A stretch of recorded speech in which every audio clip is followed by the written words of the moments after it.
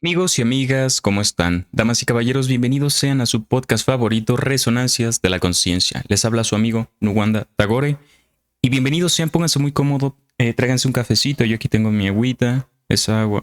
Oh, ya vieron, que el envase no los distraiga porque no hay que juzgar un libro por su portada. Pero hoy, el día de hoy les traigo un tema bastante importante. Yo trato de lo que comparto aquí sea aplicable, pragmático, que nos ayude en el día a día. ¿De qué nos sirve la religión, la espiritualidad o algo que pasó hace miles de años si no me ayuda a evolucionar hoy, a cambiar hoy? Entonces, tenemos un tema bastante interesante que a mí me encanta, que es la voluntad de poder o el superhombre de Friedrich Nietzsche. Vamos a un poco a ahondar en quién era él, ¿no? Él era escritor, filósofo alemán. Nació en Rocken, Prusia. Antes Alemania se llamaba Prusia, ¿no? Entonces, el 15 de octubre de 1844, hace mucho tiempo, su padre era pastor luterano. Murió cuando él era pequeño. Me imagino que crecer en un ambiente religioso puede ser estricto, ¿no? Puede ser difícil porque usualmente son personas más conservadoras, ¿no? Yo creo que no tenemos que tomar tan literal las escrituras, sino más profundo, más espiritual, ¿saben? Porque la espiritualidad y la fe está en la metáfora, no en el texto literal que muchas veces nos manda a pelear contra el otro, a castigarlo, a ser lascivos, a ser eh, inclusive racistas, ¿sabes? Porque el que Dios tenga favoritos, elegidos por encima de los demás, pues eso suena a lo que los alemanes hicieron en, ya saben qué, evento bélico, por decirlo de alguna manera, para que no nos censuren, porque, sí, eh, las redes sociales restringen muchísimo al hablar de la Segunda Guerra Mundial, entonces no quieren que sepamos nuestro pasado. Si no podemos hablar de él, entonces ¿cómo vamos a aprender de nuestros errores? Entonces no les importa, hay que tener cuidado, por eso te lo menciono de esta manera. Su madre y su hermana lo criaron en un ambiente muy religioso, demostró desde temprana edad una gran inteligencia y pasión por la literatura y la filosofía. Se dice que a los 15 años o a los 14 escribía poemas increíbles, ¿saben? Sobre su vida, sobre la escuela, sobre sus pensamientos. Hace poco vi en TikTok, de hecho, un fragmento, él menciona, lo parafraseo, no lo recuerdo tal cual, dice, esta vida que me exige, que me condena, y aquí estoy yo en medio de este barco a la deriva, algo así mencionaba, ¿no? Sobre lo difícil que eran las relaciones sociales. Entonces desde muy pequeño ya tenía estos tintes de poeta, de escritor, le gustaba expresar lo que sentía. Y yo creo que como él, todos tenemos ese artista dentro de nosotros. Decía Jean Cocteau, ensayista, dramaturgo, escritor, poeta, novelista, era todo. Era un polímata, así como este Leonardo da Vinci, que era... Los polímatas son estas personas que son expertos en diferentes áreas, no solo son artistas o pintores, sino también son matemáticos, sino también son, hacen obras literarias, son buenos en diferentes áreas de la vida o tienen varios oficios o áreas, cultivan varias áreas del saber, ciencia, astrología, filosofía, física, matemáticas. Entonces eso es un polímata, como Leonardo da Vinci es un gran ejemplo. Pero Friedrich Nietzsche también mostró vocación por compartir sus conocimientos. Él fue maestro. Educación y carrera. Él estudió filología clásica en la Universidad de Bonn y Leipzig, en Alemania. Se convirtió en profesor de filología clásica en la Universidad de Basilea a los 24 años de edad. Basilea, si no me recuerdo, está en Suiza. Ya ven que la Unión Europea, pues como hay algo llamado el eurocentrismo. Antes, todavía, los europeos se creían el centro del universo, del mundo, y estamos en una esfera, ¿no? Una esfera, ¿cuál es su centro? Pues su núcleo, ¿verdad? Pero ellos se creían bueno, se crearon esta idea para poder invadir y colonizar todo lo que ellos no denominaban importante, como África, como Medio Oriente, como Asia, como América. Entonces se lo dividieron en el Tratado de Berlín, si no me recuerdo, en 1900... mm, 17 por ahí, no me acuerdo bien, pero se juntaron de manera muy diplomática en Alemania, en Berlín, y hicieron, dividieron África con líneas. Si tú ves un mapa de África, hay líneas mm, rectas, o sea, entonces esto crea un problema, porque imagínate que yo divido un lugar donde converge una civilización y la separo debido a estas burocráticas o técnicas separaciones demográficas. Y eso afectó mucho a África, ¿no? Entonces los separó muchas regiones que pertenecían a lo mismo y bueno, entonces ellos creían que eran el centro del universo y que estaban tocados por los dioses y que podían esclavizar y obligar a trabajar y robarle sus recursos a los demás. Ya sabemos todo lo que pasó con la colonización y hoy en día se ve, ¿no? Todos los países de Latinoamérica tienen empresas extranjeras enriqueciéndose en base a sus recursos y esclavizando, porque no pagan bien dando trabajo, ¿sabes? Pero date cuenta, ¿no? En tu empresa, cuánta plusvalía genera tu trabajo y cuánto te toca de eso.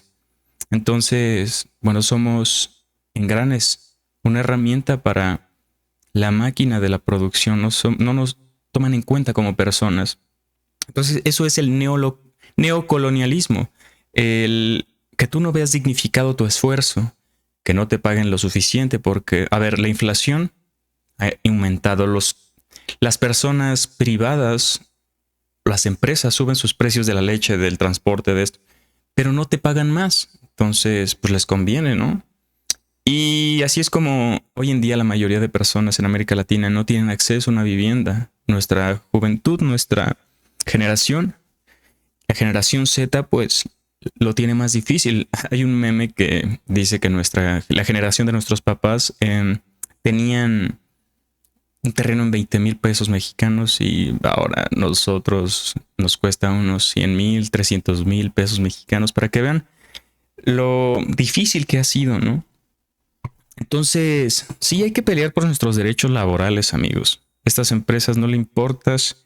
Ellos, financian a partidos políticos de derecha en todo el mundo. Es más, incluso les dan armas, ¿no? Para que se rebelen, para que ellos se perpetúen y se vean favorecidos. Cuando el presidente entre en turno, ellos le van a decir, a ver, pues yo en gran medida te ayudé a que estés ahí. Pues necesito esta mina. Necesito una mina que está aquí en tal estado, ¿no? Por ejemplo, necesito una mina de litio, necesito una concesión y necesito mucha agua porque voy a instalar una industria de bebidas, Nestlé, Coca. Voy a instalarla, entonces te voy a cobrar ese favor de esa manera.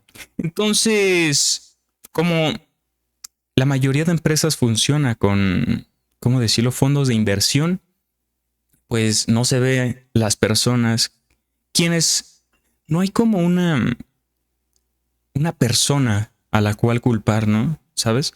Entonces se pierde entre tantos inversores, pero tú lo puedes investigar. Entonces, hoy nos hemos dado cuenta que los Rockefeller han hecho muchos crímenes, desde el padre hasta el abuelo, hasta el hijo. Han financiado, por ejemplo, Chevron, Shell, ExxonMobil son de los Rockefeller. Y tal vez en un país, en Latinoamérica está lleno. Aquí en México es Pemex, Chevron, Shell y ExxonMobil o Mobil, que es la azulita, la amarilla y otra azul y rojo. Bueno, de ese color se ven cuando pasas. Pues se llama monopolio porque no tengo competencia, ¿sabes? Y eso no debería estar permitido, pero a nadie le importa porque el libre mercado supuestamente es lo mejor que tenemos y lo mejor que hay y lo mejor que ha existido. Y nos tienen en estos momentos sometidos al yugo de estas personas que controlan los medios de comunicación, controlan los bancos, el Fondo Monetario Internacional, que te hace... ¿Cómo funciona? El Banco Monetario Internacional se cree que es la salvación, así como la ONU. Aquí lo estamos desmintiendo, no sirve para nada. El Fondo Monetario Internacional te ayuda si estás en un conflicto con otro país.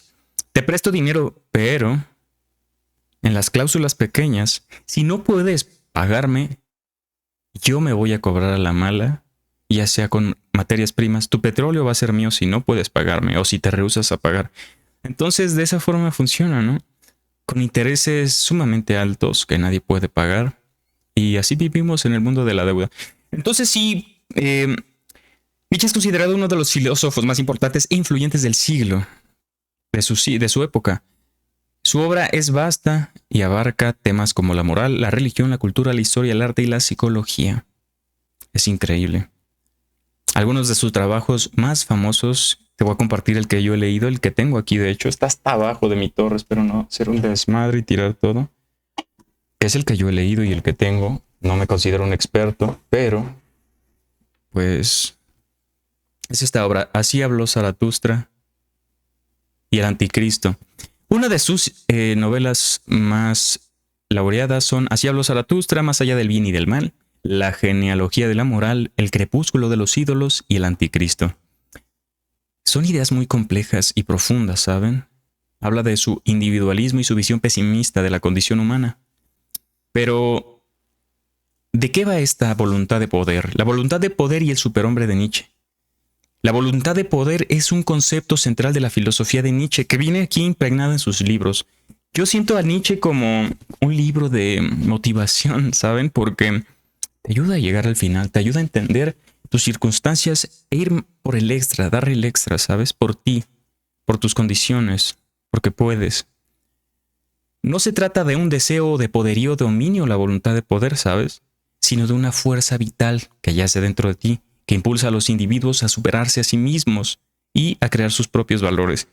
Me gusta porque te ayuda a romper tus miedos. Yo creo que Friedrich Nietzsche yo lo denomino como un filósofo, un escritor, un autor para superar miedos, para romper tus barreras que tarde que temprano vamos a caer en cuenta que son nuestros pensamientos, nuestros peores enemigos y son ellos los que hacen que nosotros consideremos algo aterrador, ¿sabes? El mundo es como somos. Decía Epicuro en el Enquiridión, un libro de filosofía estoica, no son las cosas per se, sino cómo las ponderas, el valor que tú le das, cómo denominas tus circunstancias, ¿sabes?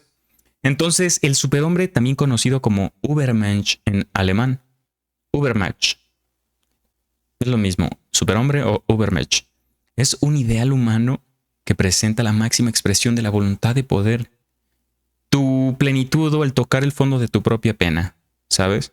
El redimirte detrás de todas tus faltas, detrás de todas tus imperfecciones, es eso.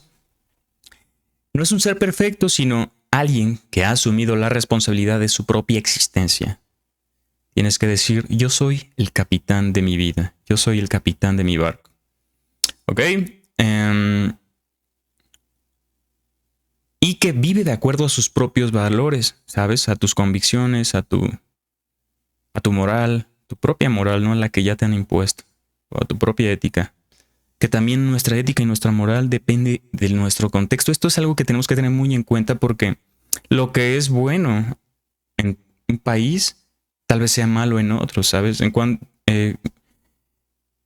Por ejemplo, hay algunos países donde, por ejemplo, en el Tíbet, hay algunas personas que piensan que casarse o tener contacto con una mujer, no es un tropiezo para alcanzar la iluminación, entonces se prohíben tener ese deseo. Pero depende de su contexto, de dónde nacieron. Acá en América, pues lo más común es crecer, hacer una familia, pero depende de nuestra cultura, de nuestro lugar material en donde nos desenvolvemos, parte de nuestro criterio que vamos amalgamando como propio. Parte de las ideas que establecemos como propias, como parte de nuestro yo, pues son adquiridas. Entonces, ¿qué dice Nietzsche? Pues que las cuestionemos. La voluntad de poder es la fuerza motriz, pura voluntad, ¿no? Que impulsa al superhombre a superar sus limitaciones y crear su propio destino. Aquí entra esta faceta de nuestra vida diaria en el cual la gente nos dice, tú debes de ser así. Tú dices, ah, caray, las mujeres no deben opinar. Caray, pues hemos ido cambiando todo eso, a darle más derechos a las mujeres, a cambiar el debes, porque es un prejuicio total, ¿sabes? Es un sesgo muy grande. Debemos evolucionar y dejar atrás. Las personas conservadoras creen que donde estamos es el mejor lugar o lo mejor que hay. pero es por miedo, porque uno de los más grandes miedos, decía Howard Philip Lovecraft, es el miedo a lo desconocido. Entonces debemos dejar atrás nuestras máscaras, nuestras ropas viejas y y empezar a generar un pensamiento propio. De esto se trata, ¿no? De cuestionarme lo que me han dicho, ¿sabes? Discernir entre si está bien o mal. A ver, si mis padres fueron malos y yo soy alemán, fueron malos contra personas de Medio Oriente, ya sabemos lo que pasó. Pero yo veo que las personas no merecen, no importa su color de piel, pero si mi abuelo y mi padre eran sumamente racistas, por ende puede llegar a ser normal que yo crezca con esas ideas porque ellos me educaron. Su mamá, su papá, mis abuelos y todos son así. Por ende, es muy probable que yo asuma esa forma de pensar. Lo que dice Nietzsche es, crea tus propios paradigmas. Discierne entre el bien y el mal de lo que estás viendo. A ver, si yo veo que eso está mal, pues no importa que sea mi familia, yo la quiero mucho, pero debo cambiar mi manera de pensar porque yo ya me di cuenta que eso no es la verdad, que eso está mal. ¿Sabes? Que todos valemos lo mismo. Entonces, de eso se trata la voluntad de poder. De crear, de romper las viejas cadenas y crear las propias. Bueno, no, romperlas y liberarte más bien. Y crear tus propios pensamientos, tus propios ideales.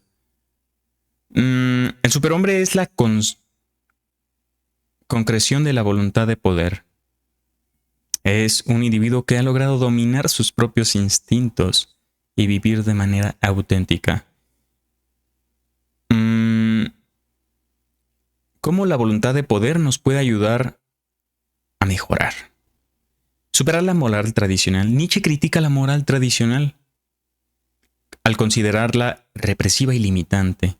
La voluntad de poder nos invita a cuestionar las normas establecidas y a crear nuestros propios valores, un criterio, un propio pensamiento. A ver, si yo veo que todos en mi salón, hay muchas veces que nosotros, por seguir la corriente de las personas, o pena, si todos dicen derecha, derecha, derecha, y tú dices, no manches, la respuesta es izquierda, pero ¿cómo voy a ser el único que lo diga? Entonces voy a decir derecha también.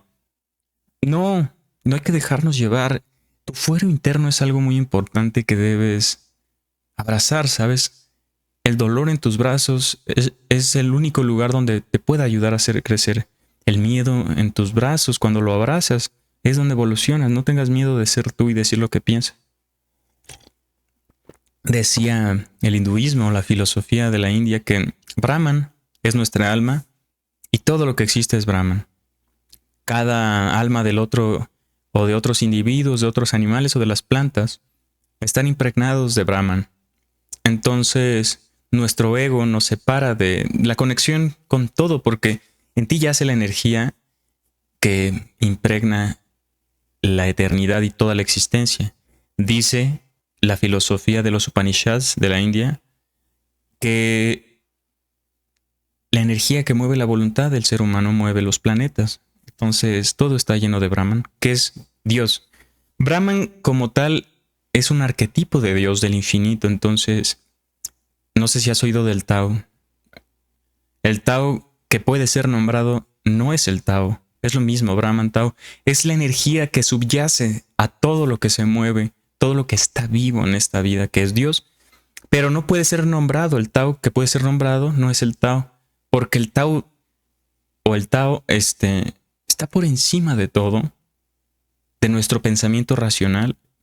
Nosotros somos lo opuesto a la energía del infinito. Nosotros somos finitos, envejecemos, morimos. Entonces, con nuestras herramientas, con nuestros sentidos, vemos una realidad, nos dicen en la filosofía del hinduismo, llamada Maya, que es una ilusión, que está impregnada de nuestro yo o nuestro ego, o del mundo en función de mí, de lo que quiero, de mis deseos. Entonces, acallar esa voz nos ayuda a tener una experiencia más grata, más tranquila, más mesurada, porque el deseo, si bien es una brújula, un motor que le da fuerza y poderío a tu voluntad de hacer, de crear, pero también nos puede llevar a sufrir. Gran parte de tu ansiedad, de tu depresión y de tu angustia es parte de ese deseo que no es controlado, porque nuestra mente, si bien tiene 80,000 pensamientos al día, 9 de cada 10 son algo negativo, porque así trabaja nuestra mente en forma aleatoria. Por eso ha habido escuelas de misterio esotéricas que se han encargado de no controlar la mente, no se puede, pero enfocarla, concentrarse en otro lugar, porque y observar, no de suprimir, sino observar sin analizar, sin evaluar, sin juzgar, porque parte de la culpa viene cuando tú evalúas, cuando te juzgas a ti mismo. Parte del miedo es cuando tú ponderas entre bueno y malo una acción, un acontecimiento, ¿sí me entiendes? Entonces, cuestionemos las normas establecidas y creemos nuestros propios valores. Si nos dijeron que tal persona no merece por su color, es mentira. Tú ya viste que todos pensamos igual, que todos somos iguales. No porque te lo dijeron hasta el cansancio, porque así funcionan también los símbolos patrios. Ve y mátate por tu país. Y tú dices, por los intereses del líder, que usualmente están locos. ¿Sí me entiendes? Pues ve Stalin, Adolfito, todos los líderes es lo mismo. Están sedientos de poder porque pues, están frustrados. La verdad, una persona feliz no busca esos medios para implantar o obligar a otros a pensar o a cumplir sus más locas fantasías, ¿no? Entonces, para llegar a esa versión de nosotros, del superhombre, un creador de valores que no se limita a seguir las reglas establecidas, la voluntad de poder nos impulsa a ser creativos y expresar nuestra individualidad. Piensa esta frase que me dijo una vez un gran amigo llamado Walt Whitman, gran escritor. Y yo soy quien soy, y aquellos que se midan con mis faltas, las propias se enumeran. Perdón, fue William Shakespeare. Yo soy quien soy. Ajá. Es lo que dijo Dios a Moisés en el monte Sinaí. Yo soy quien soy. Yo soy alma. Y aquellos que se midan con mis faltas, aquellos que me juzguen, que me señalen, las propias se enumeran. Cuando tú juzgas, criticas y estás todo el tiempo de venenoso, es porque eso está dentro de ti y no lo has logrado solucionar, ¿sabes? Entonces le llaman la sombra y se proyecta según la psicología o el psicoanálisis mediante ese tipo de mecanismos, ¿sabes? De señalar a los demás, de cuestionarlos, de juzgarlos. Entonces, encárgate de tu propia vida antes de creer que tienes la razón y que eres más inteligente que todos, ¿sabes? Todos tenemos algo que aprender. Decía Sócrates, me parece, que cambiaría lo que no sé por lo que ya sé, porque lo que sabemos es una íntima parte de un sinfín de conocimientos, ¿sabes? No nos dará la vida para entender tantas cosas, pero sin embargo vivimos con una obstinación brutal que no leemos nada y solo por el simple hecho de... ¿cómo decirlo? Sin siquiera leer con nuestro propio criterio, con el simple hecho de acabar la preparatoria, ya nos creemos que sabemos todo del universo, ¿sabes? Entonces, tristísimo. Entonces, abraza la creatividad, el arte, la poesía. Tiene las herramientas para liberar tu pensamiento. Decía Miguel de Unamuno, leer cura la mente y viajar cura el racismo. Entonces, viajen, lean, exploren nuevas ideas, nuevas formas de pensar, porque dentro de ti sí yace la energía divina, pero es con el otro, es la interacción lo que nos hace aprender, evolucionar. Para eso se nos ha legado la conciencia, el hemisferio derecho y 5 sentidos para que interactúes con este mundo. Asumir nuestra responsabilidad. El superhombre es un individuo que asume la responsabilidad de su existencia. La voluntad de poder nos invita a tomar control de nuestras vidas y a no culpar a los demás por nuestras circunstancias. Asúmete, sé responsable e inténtalo una otra vez. No te rindas. Y vive con pasión. El superhombre vive con pasión e intensidad. La voluntad de poder nos anima a aprovechar al máximo la vida y a perseguir nuestros objetivos con determinación. Y bueno, este ha sido Nietzsche, un gran escritor, ¿sabes? Yo este libro lo he subrayado, pero pues yo no te voy a decir qué hacer con tus libros, pero es mío. Y y subrayarlo me ayuda a indexar varias cosas, porque yo recuerdo eh, que he compartido con ustedes gran parte de estos textos, porque es muy difícil ir a ellos cuando no recuerdas en qué página estaba. Y los separadores se pierden. Yo uso tarjetas del Monopoly, uso etiquetas de ropa para usarlos de separador. Comenta aquí abajo tú qué usas, qué libros te gustan, qué género te gusta. Nietzsche, pues, fíjate, habla de esta alma, habla del yo, que es el valor y la justa medida de todas las cosas. Dice, sí, este yo, que aunque sea contradictorio y confuso, continúa hablando honestamente desde su ser. Este yo creador, que quiere, que valora y que es la medida y el valor de todas las cosas. Eso significa que el mundo es como somos, el yo es el valor y la justa medida de todas las cosas. Si tú crees que tu circunstancia es horrible, te va a lastimar. No son las cosas per se, decía Epicuro, sino el valor que nosotros les damos. Espero que te haya gustado este gran podcast. Suscríbete, déjame aquí abajo si quieres algún tema. Y si quieres platicar conmigo directamente, te dejo mi Instagram aquí abajo, @nuwandatagore. Suscríbete, activa la campana y comenta. Sería un gustazo para mí leerte. Y toma lo más necesario, pertinente o oportuno según convenga tu criterio, que nosotros nos vemos en un próximo podcast. Te quiero. Bye.